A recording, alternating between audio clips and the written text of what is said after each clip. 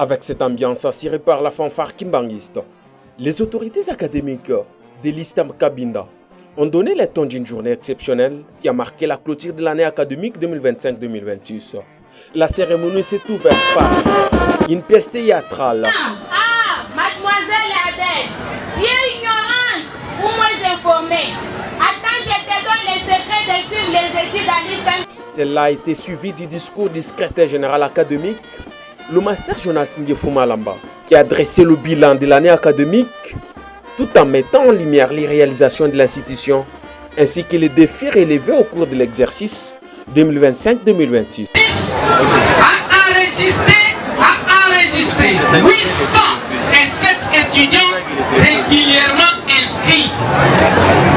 Après les délibérations, voici la moisson des lauréats par filière et par mention. Premier cycle de LM2. Dans la filière de management, nous avons régulièrement inscrit 5 étudiants, dont tous sont du sexe masculin. Dans la filière de pédiatrie, nous avons inscrit régulièrement.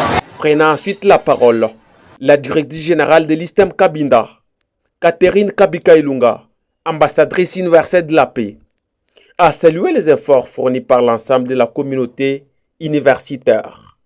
Elle a félicité les lauréats pour leur persévérance et les a exhortés à mettre leurs connaissances au service de la population dans le respect de l'éthique et de la déontologie des professionnels de santé. Performante et capable d'offrir à ses étudiants un environnement d'apprentissage conforme aux exigences nationales et internationales.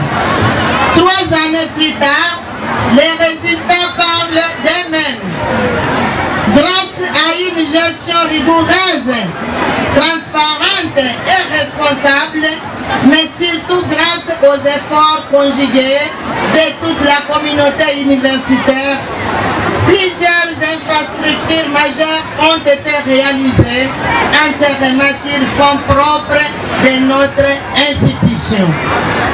Nous avons successivement construit un imposant bâtiment destiné au bureau des autorités académiques de l'ISTEM Kabinda. Un bâtiment administratif abritant les différents bureaux administratifs. Un amphithéâtre moderne baptisé sous le nom de Sainte Catherine Kabika Ilunga, devenu un symbole de notre engagement en faveur de l'excellence académique.